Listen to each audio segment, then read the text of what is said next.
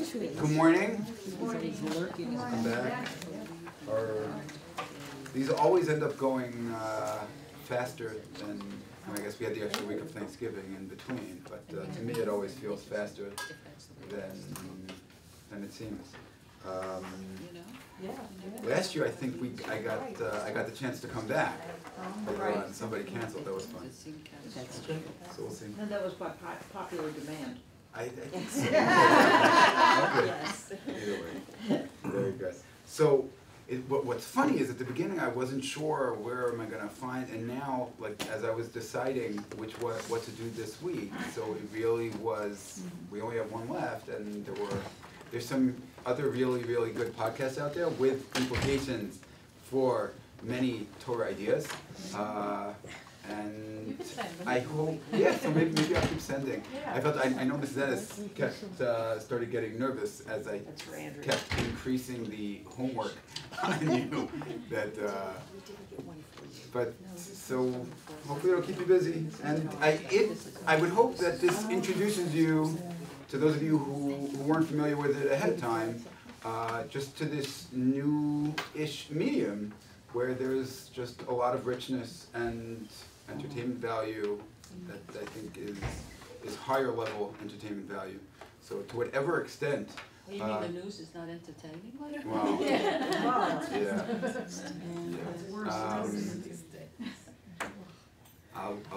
I'll let that go. Okay, good. So let's talk a little bit about what we have over here. Did the New York Times article go around also? I sent a follow-up email. Did that go around or no? I saw it. My wife got that, I didn't get it. No. You did. Okay, so Blina, I'll send that around afterwards. There was this just remarkable article. Did you read the article? Mm-hmm. About a... Oh, I didn't read, I read the article from a different source. Oh, okay. Yeah. You were familiar with that, yeah, with that article? Yeah. Right. So I remember when I encountered it, just basically what it was is a professor who was a leader in the Right to Die movement. That's basically what she molded her career around. And then her husband was in a horrible accident. And you know, when things get very real, a couple of different times she didn't act in, I mean, she kept him alive and he had left instructions that he didn't want to be for extraordinary measures to keep him alive, and she didn't go through with that. And it's just an extraordinary, I found the article very well done. You know, they're all circulated around. First of all, just in terms of the issues that are over here, what I found interesting for me is just the idea that often this argument is made that, you know, it's very easy to argue in a certain direction when it's not practical halacha for you. Often we'll see it, let's say, within the context of aguna, right? That if aguna were men, we would have solved this problem a long time ago. If, you know, when I think a lot of people say it's probably not a coincidence that the most prominent member of the Republican Party that was in favor of gay marriage was Dick Cheney, who had a gay daughter. So a lot of times when things hit home, so then it's much harder for us to stick to our principles. And I think we all like to think that we're being very intellectually honest, and on the other hand, we're all human, and just that, it made me try to reflect inwardly about how much of what we say and what we actually believe, how would it hold up under this kind of scrutiny? To me, I don't find that to be hypocrisy. I find that to be, you know, just struggling. And so from that perspective, I found it very interesting, and I'll send it around again for the first time, depending on how much it went around. Okay, any thoughts or reflections on the multiple, although I only gave you parts of each one, so what altogether, I don't know that it was more than any one podcast. So any reflections on what we heard? I found these pretty interesting. The Freakonomics, are any of you familiar with Freakonomics, either from the book or from the podcast before hearing us? So hearing them talk in that way was not so surprising to me, right? That's what they do. It's basically an academic, an economist, and a writer who wrote this book. I think now it's already 3 books called Freakonomics, where they just say, realize the things that other people wouldn't realize and say the things that other people wouldn't say. So they're usually pretty frank. It's a lot of behavioral economics, that growing field.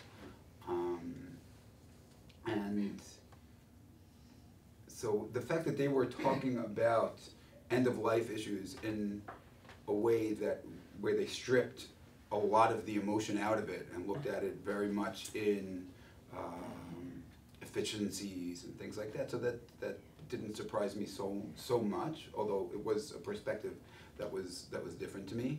The segment of This American Life where you had the doctors talking about what they would want as patients, to me was very eye-opening, especially as someone who grew up on ER and Chicago Hope, and of course, you bring out the paddles, they're always going to work, right?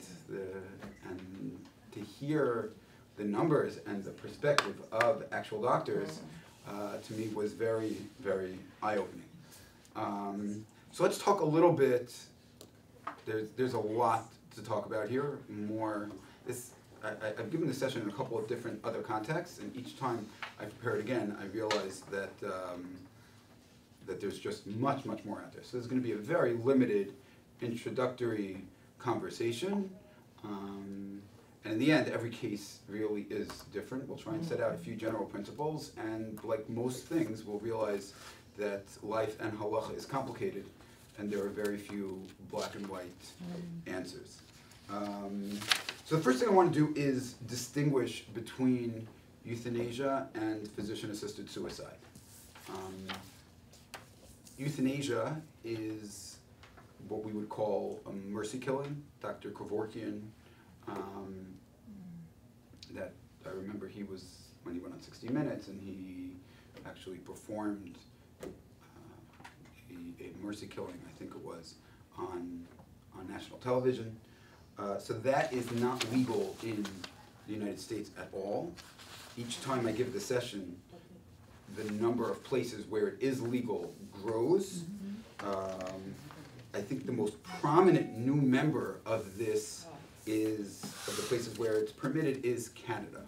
So I listened to and got a bunch of the sources. You'll see in the source sheet. Rabbi Mordechai Torchiner, I'm not sure how many of you are familiar with him. He's a Rosh Kol in Toronto.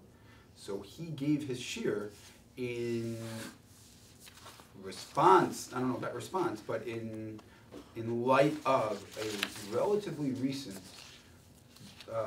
decision by the Canadian Supreme Court, which stated that according to the Canadian Constitution, which guarantees life, liberty, and security under something similar but not identical, that guarantees the right to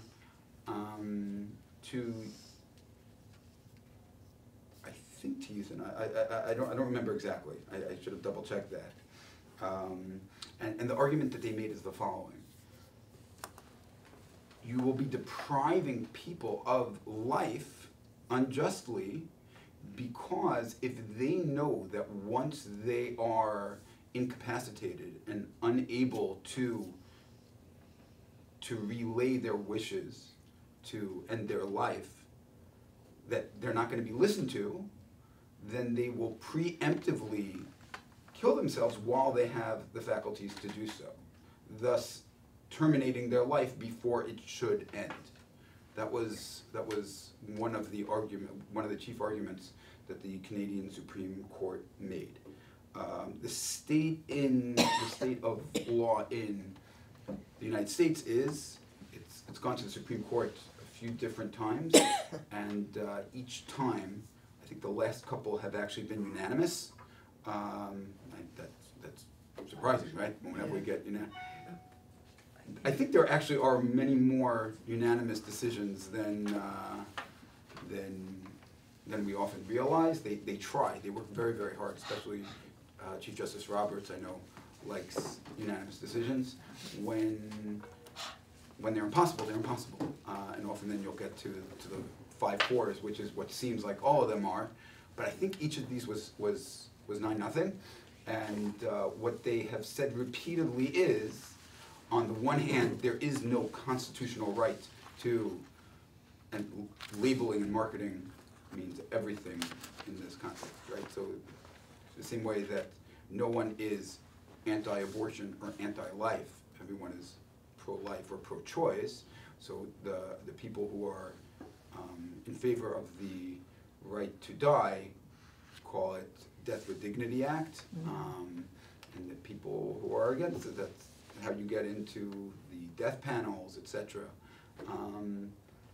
So what they say is that the Constitution does not guarantee a right to die, but on the other hand, it also does, it's basically silent on the topic, which means that states can make up their own mind. And that's what's going on now, is that we're going through the process of the different states figuring this out on their own. The last time I did this, there were 3 states who had permitted it, and a 4th was on the verge. Now the list has grown to, it looks like, 6 plus DC. And I thought I had gotten over here what the guidelines are. Basically, the guidelines are you have to be of age, you have to have communicated your desire while you were lucid. It has to be approved, I think, by, or this might be the Canadian law, it has to be approved by 2 doctors, which opponents point out is most likely a doctor and your doctor and his or her friend, or if your family has a member who's a doctor or a family friend who's a doctor, then it's there's no guarantee that you're going to end up with 2 independent sources. Like in the Aguna conversation, when you have a heter mei or rabbanim, so in theory that sounds, wow, 100 rabbis, each in. Often what'll happen is a lot also depends on the integrity of the Beit Din, but it doesn't necessarily mean that you're getting 2 independent doctors, each reaching the exact same conclusion, and then they do this. A lot of the arguments on both sides, you see over here Peter Singer, he has become a bit of, on one side, a rock star philosopher, on the other side, the piñata that they hold out, because he always says the most extreme things. So basically he argues in favor of a right to death with dignity. He says, why are we treating humans worse than we treat animals? And therefore, we don't make horses or dogs suffer, and human beings are the only ones who we continue to torture by refusing to put them out of their misery. It's far from the most outrageous thing he's ever said. I don't recommend Googling him, or at least do so cautiously. Fine. So what does the Torah have to say about all this?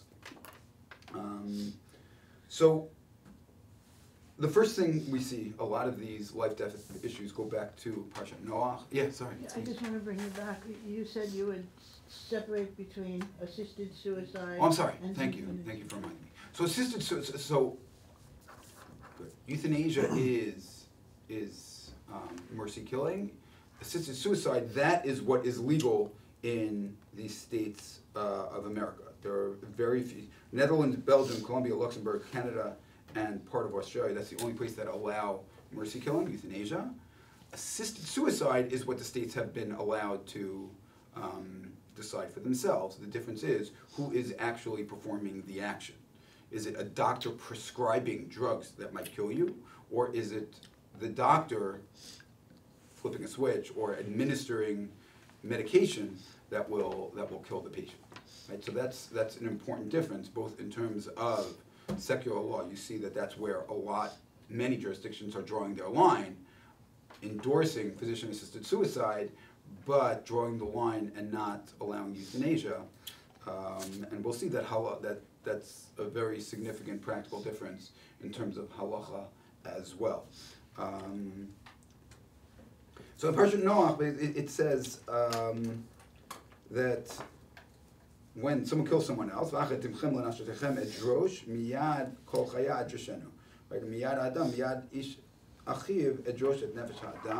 If someone kills somebody else, I will demand their blood. I will hold them accountable, Hashem says.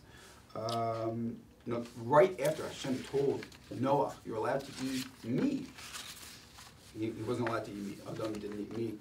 Noah wasn't allowed to eat meat until after the flood. After he tells him you're allowed to eat meat, meaning you can kill animals. He's saying, don't think that you can kill human beings as well. That's prohibited. Murder is prohibited.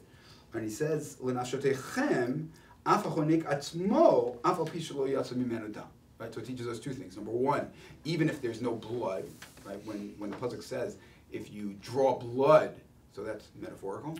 Even if you choke a person, then that's still considered murder, even if it doesn't draw blood. Number two, even if it's yourself. Right? Even if someone, God forbid, kills themselves, so that is prohibited. Now there are a couple of very complicated, probably ambiguous sources on the question of suicide generally, and in particular assisted suicide.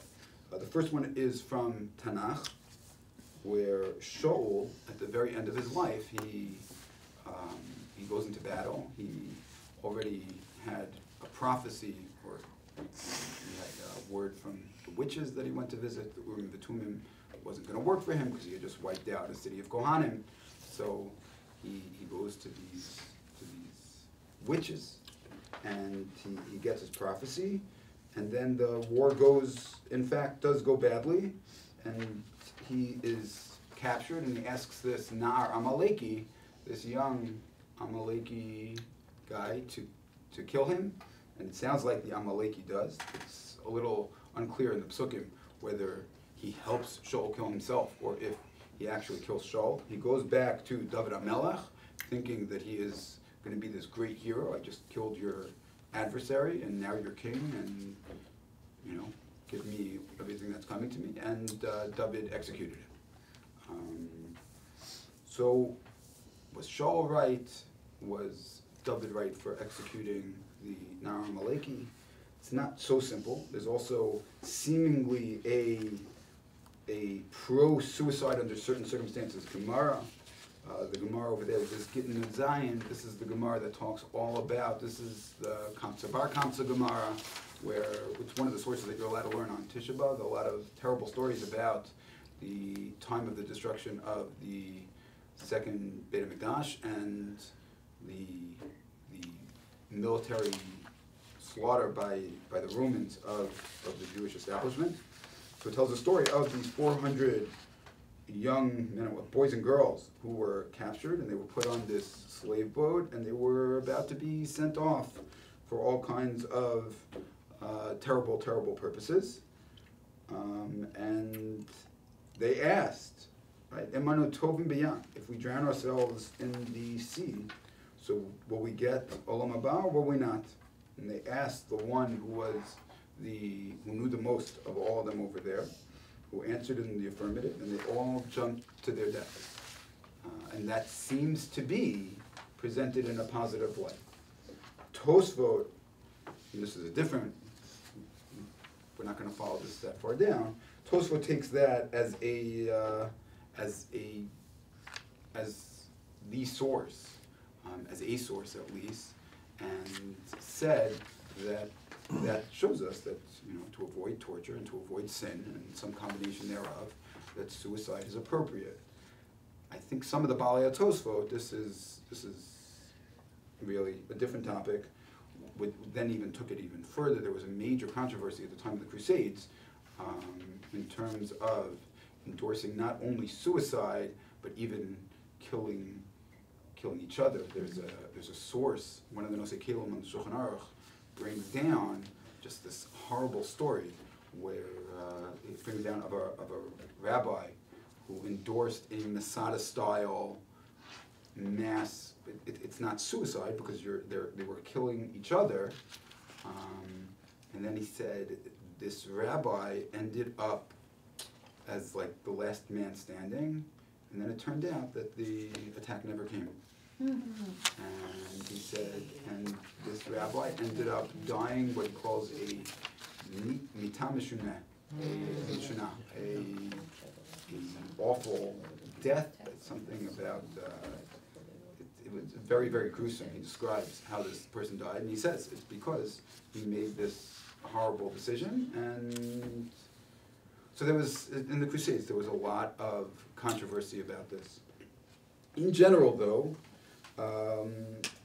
the sources on that type of suicide are it's generally frowned upon with these strands of ambiguity. Probably the most ambiguous Gemara is also well known. The story of Rav Chanina ben Trajon is he was being tortured by the Romans. He was one of the Asar Harugei Malchut. Right? We read the story on Yom Kippur and on Tisha B'Av, and they had said this was a time when the whole Gemara, Mishnah, the whole Torah Sheba'al Peh was actually Al Peh, and therefore they determined that the way to get rid of the Jewish establishment was to get rid of the Torah, and it wasn't that hard then. You didn't even have to burn too many books.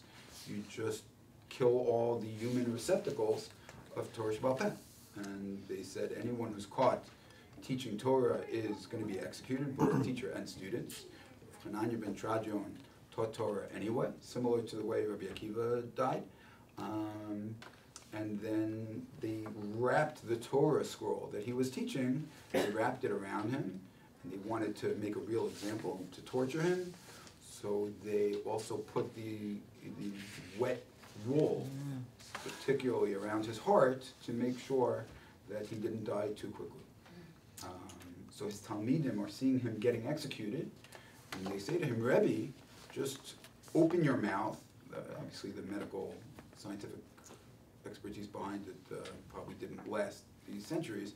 They say, Rebbe, open your mouth, let the fire in, and that way at least you won't be tortured.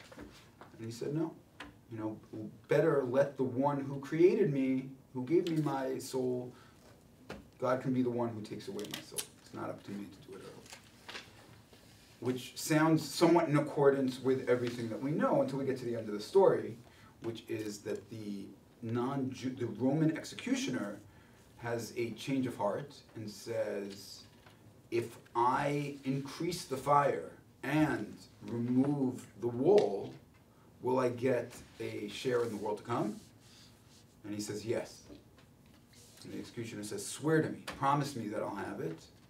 And Yochanan ben Trajon promises him, and he does it. And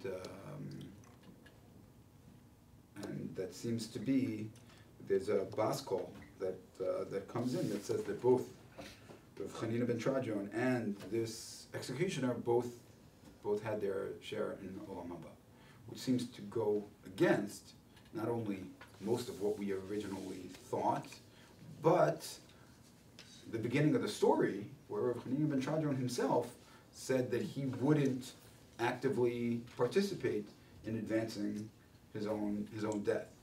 So that's a hard story to understand. Rabbi Torchino over here brings down a bunch of different approaches by some of the commentaries. Right, the issue for him encouraging the executioner would be one of that we can't encourage other people to commit sins, whereas him opening his own mouth would be him participating in a direct manner. Some people go in that direction, or the fact that the executioner wasn't Jewish, even though murder, of course, is one of the Shavim Mitzvot B'nai Noach. It's not a simple story, and there's definitely ambiguity.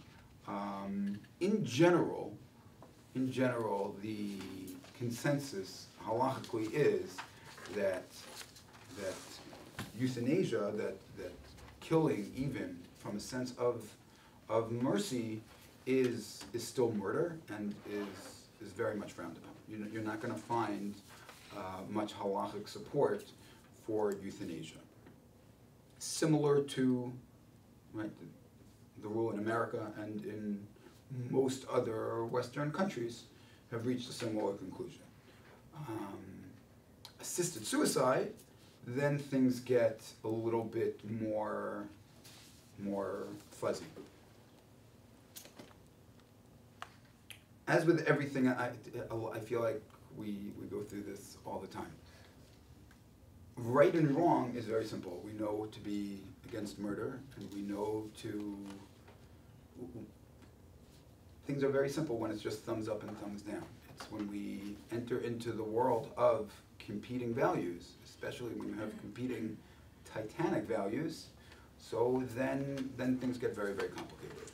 So what you have over here is, on the one hand, there's a prohibition of murder. Suicide is prohibited. The Rambam, in fact, in a interesting and very the way he puts it is that suicide is a death penalty crime, right? Which is a funny way to put it, but what he's saying is that it's not, obviously it's not enforceable as a death penalty crime, but we should treat it with the magnitude of the way that we treat other capital crimes. Human life has, as we've discussed, has infinite value, and we don't go around, for the most part, evaluating quality of life in terms of determining value of life. So over here, a bunch of these sources go through where, like sources 10, 11, 12, that when we say that Shabbos is, that we violate Shabbos to save a life, so we don't start saying, well, if we save the life, what kind of quality of life will the person have? How much longer will the person live? Any life, even temporary life, all life is temporary life. Any life, what we would call low quality or unpleasant life, we violate Shabbos for all of these. So life is this supreme value. If you look, a nice formulation of it is on the bottom of that page. I didn't number the pages, I probably should have. Under source 12, I'm not sure why it's not source 13. So that is Rosh Shlomo Zalman Auerbach. And he says, when regarding the matter of life, we have no means of measuring worth or importance, not from the standpoint of Torah and mitzvot. We violate Shabbos for someone who is elderly, insane, deaf, can't perform any mitzvot. His life is a burden upon himself and his family.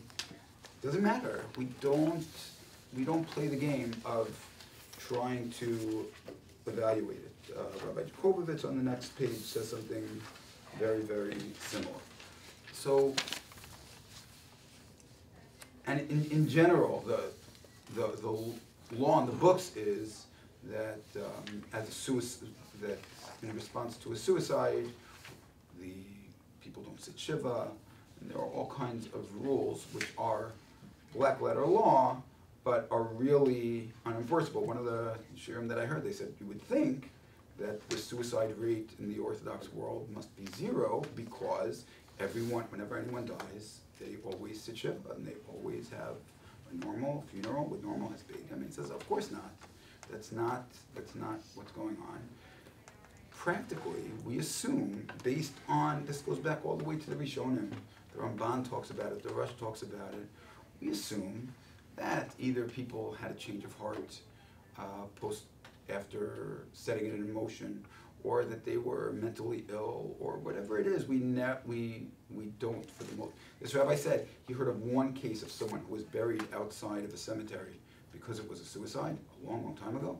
And then the way the story goes is that the cemetery expanded, and the person ended up on the inside. For the most part, this is not an area where, I'm going to put it in the positive, this is an area where we generally assume, we generally assume that we err on the side of inclusion. But why is the black letter law there to begin with? Presumably for the same reason many laws are there, which is deterrence. And people should realize this is not a great answer. And that just, before we get to some of the more practical halachic applications, a concern that people have in terms of permitting physician-assisted suicide is that once suicide is an option on the table, so then it's very hard to put that back in the bottle or to manipulate it only into cases that we would want. So, for example, I think there was a study done in the Netherlands, I think was the first Western country to permit, I think, any of this. And there were, I don't know the qualities of the study, but what some people were claiming was coming out of it is that there was a significant number of people who, once it was an option, felt real pressure. I don't want to be a burden on my family, and therefore, okay, your time is gone, time to move on, let the next generation take over. You don't want to empty out, like the Freakonomics guys were saying. Everybody empties out a lifetime of savings for the last 3 months, 6 months, year of their lives. Is that is that a proper allocation of resources? Death happens. So shouldn't we be able to do it on our own terms? So what are our own terms, right? How are we going to, I don't know if there was even a mechanism. Did anyone watch that episode of The Practice? I don't even know if I gave you a way to do it. It stuck with me from a while back. The two sides were fighting. And is anyone familiar with the show, The Practice? Yes. Yeah, you remember? It used to be, I don't know if it would fly today. It was probably a little melodramatic, but at the time I thought it was great. Yeah. So the two sides were very, very into this case. The DA prosecuting a mercy killing, a very Dr. Kevorkian style mercy killing, and the star of the show, the defense attorney, defending he's such a great guy, and he was, etc. And things got very, very emotional, and it turns out each of them had an experience with a grandparent that made it very personal for them. And the DA, who was so staunchly against it, her grandmother, who was a very influential person in her past, who she felt very close with, she felt like they never really got her real thoughts. She felt like she was pressured to say that this is what she wanted because it's what she thought everybody else wanted for her, whether or not that's the case. And it's so easy to imagine that kind of mixed signals going, because it is, I mean, this can be very, very difficult, I'm sure. I'm sure all of us have, whether it's first degree, second degree, however far removed, all of us, I'm sure, are familiar with the challenges that can come. And I think part of the reason there's less sources on this than other areas of halacha is, I don't know that it was so common. People just, first of all, there wasn't that much that you could do medically. People didn't, for the most part, live as long. And it really, the notion of choosing death or life, I don't think that was part of the vocabulary, People didn't live that long. There wasn't that much you could do about it. You live as long as you can, and then, okay, and then you mourn. There's not, the notion of being, which is somewhat miraculous, right? The fact that we're able to that we're manipulating life and death in this way is a remarkable statement of where science and technology and medicine has taken us, but it's also opening up all kinds of new questions. Rabbi Torchina brings down over here a source that in source it's my 14, his 16. he had a PDF, so I just took a bunch of his English interesting sources. So he brings down over here that a certain scholar, who I'm not familiar with, says that based on the ruling of the Canadian Supreme Court, you don't necessarily have to have a physical, I mean, I guess it's all physical, but what we would generally think of as physical illness or terminal illness, that non-treatable depression could fall under their guidelines. And that's opening an entire new Pandora's box, right? And if we're going to start saying that people who are suicidal are now under our protocol of people who can seek to have the state or have medical professionals help them commit suicide, so then we're just going into the suicide on demand business. That seems like another step. On the other hand, I don't know. Depression is real. It's biochemical. We're really opening up the door to a lot of important and very, very challenging questions of line drawing that, when the answer is just no, so that's very easy. Once you start getting into yes, unless the answer is yes in all circumstances, which I don't think anyone is comfortable with, so then you're going to be drawing a line. That's the way it always goes in the law. If you're, if you're Satmar, it's easy. If you're secular, it's easy. Anywhere else in the middle of that vast world, you're drawing a line which is almost by definition somewhat random. And why did you draw it here and not 6 inches to the right or 6 inches to the left? It's going to be very, very difficult to justify. That's what we do. That's what legislators and judges, and that's what they do. They draw lines, but it's going to get very, very sticky. If you look at these last stories in his source 18, you see, especially as people are older and starting to lose their faculties. So the law can say that you have to be lucid, that you have to have a living will from ahead of time with your instructions known, or that you can give a binding power of attorney to somebody else. People change their mind, as we were talking about with that professor.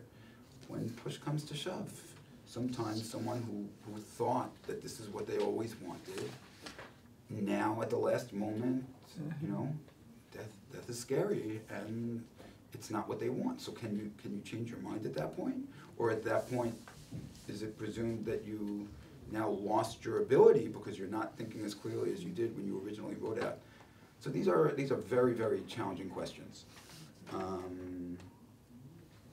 In terms of what we started talking about, and peruse, there's a lot of English on this, or the Hebrew, whatever is easy for you. We're not going to get through everything, so please explore.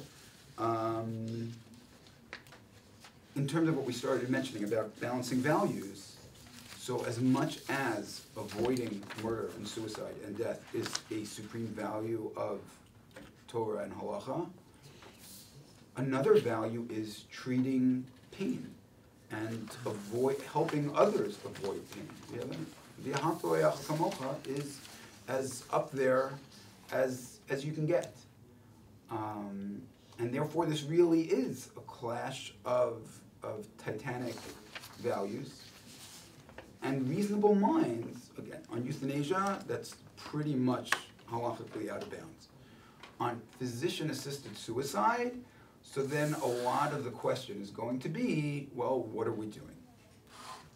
And then you're drawing lines. And while there are authorities on both sides of some of these lines, some distinctions that people make are, if you remember when we were talking about choosing one life over another, so the Chazon Ish says if you're doing an act of saving, so then that's going to be permitted. If you're doing an act of killing, that's going to be prohibited. How do you distinguish between an act of killing and an act of saving? Not so simple. Over here also, people, if you're doing an act of pain prevention, so then that there's going to be more halachic leeway. If you're doing an act of hineni muchanim zuman, to kill, so then that's going to be very, very, very difficult to overcome. So what's going to be the difference? Well, there are drugs out there that are designed to euthanize, that are designed to kill. There are these assisted suicide drugs that you prescribe in these states that kill. That's not going to be okay. But a morphine drip, where the dangers of they work, but the dangers of a morphine drip, as you get too high in your dosage, as might be needed by the patient to alleviate their pain, so then you run real risks of triggering, I don't know how medically, of triggering real risks, medical risks, including death. So there's some people who say, okay, so you're going to run a risk. Number one, is it guaranteed to kill, or is it a risk? That's a big difference. Number two, am I treating pain, or am I inducing death? So those, I think it's even a little easier to distinguish than the Chazon Ish. But those are going to be two very, very fundamental questions. Another very important question is, are you acting to terminate life, or are you not, this really is the big question, or are you not intervening to save life? And I think even the Israeli law now, a lot of people, I think this has a lot of significant halachic support, would say that there's no requirement to undergo treatments. You know, if a patient chooses to not take full advantage of what medical technology has to offer, so that there's a lot more room for talk than to affirmatively do something to trigger a termination of life.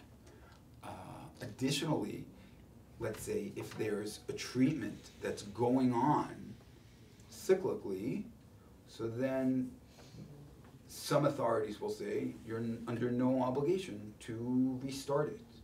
If it's a continuous treatment and for some reason it stops, so some people will say even though you can't pull a plug on a respirator, there's a blackout. No, they have backup generators, whatever it is. For whatever reason, if there is a change, you might not be obligated to restart these things. For the most part, withholding oxygen, nutrients, hydration, these core fundamental life necessities,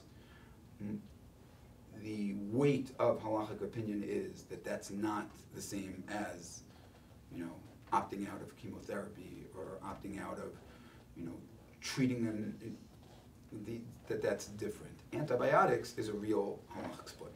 In other words, some people say at this point, antibiotics is so fundamental, that's like to treat, in other words, if someone's is very frail with whatever disease it is, and then they contract pneumonia, so then you can, is that treatment? And therefore, you know, this is the opportunity to just let nature take its course?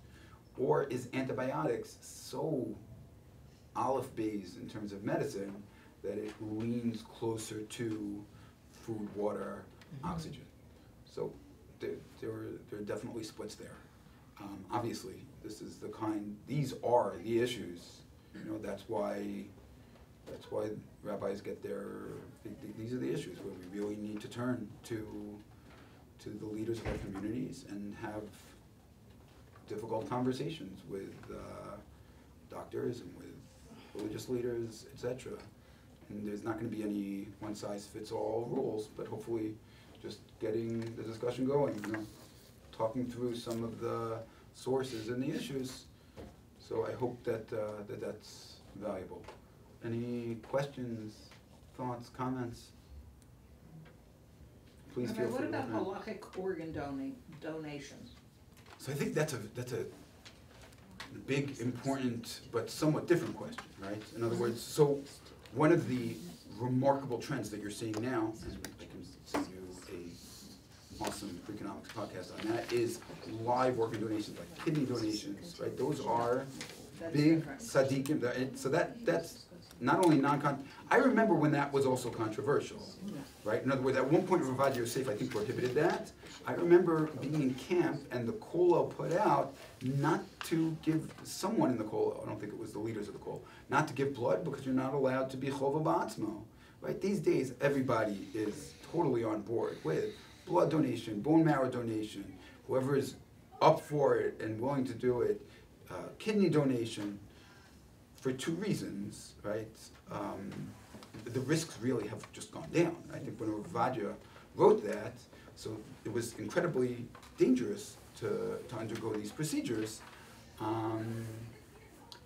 If we're talking about heart donation, so then that is the machlok. And the question is brain death death or is it not death? If a patient is already dead, my understanding is that the heart is almost always useless at that point, that it deteriorates almost instantaneously and becomes useless. I think almost all heart donations are from brain dead patients. And then the question is, and I think, if I remember correctly, I think Rabbi Bleich and Rabbi Tendler are both in YU. I remember this blowing up a while back. Are on opposite sides of this. Each one calls the other one a murderer because the stakes couldn't be higher, right? In other words, if brain death is death, then of course we should be taking these hearts and helping other people live. Like, how could you just let people die to protect the integrity of the corpse? That's horrific. If brain death is not death, so then we are actively harvesting people with beating hearts who are breathing to save other people. That's unthinkable. So that is the question. I think Rav Schechter says, I don't know, right? In other words, there are indicators in the Gemara. The Gemara doesn't distinguish between brain death and heartbeat and pulse and breathing. They all happen simultaneously. So Rav Schechter says, I don't know. And therefore, I can't go and actively commit murder, not because I'm sure brain death is not death, but because I don't know whether or not it is. That's somewhat of a middle position, although it ends up aligning. It ends up very uncomfortable because no one would say that you can't take a heart, right? Mm-hmm. So that is, from a PR perspective, very touching. Right, like we're happy to receive, but we don't want to give is not a great Kiddush Hashem out there. But it might be the right answer, but it might not be, and therefore you have the halach. I'm so sorry, we're over time. You have the halach organ donation, which is very. But if you want, I'll tell you, I don't find all their marketing always to be so. I think they are very much partisan with their marketing. Their website is incredible. They have hundreds of articles on all sides. They put everything out there. If you are willing to dig for it, it is a lifetime of reading. So, okay. Thank you so much. I'm sorry. Could you send us the pod? The podcast? Yes. Which one? The transplant. About the organ transplant. Yes. Yeah, it's about a guy who won I think he won a Nobel Prize for setting up a system which matches donor. In other words, used to be. Huh? Wasn't that the kidney donor? The kidney donor. I sent it already? Oh, I sent it already. Okay, great. Okay, great. There you go. Wonderful. Enjoy. I can try to find it and send it again, but okay. Yasher Koach, thanks so much. I always love this. It's such a pleasure. Have a great Shabbos.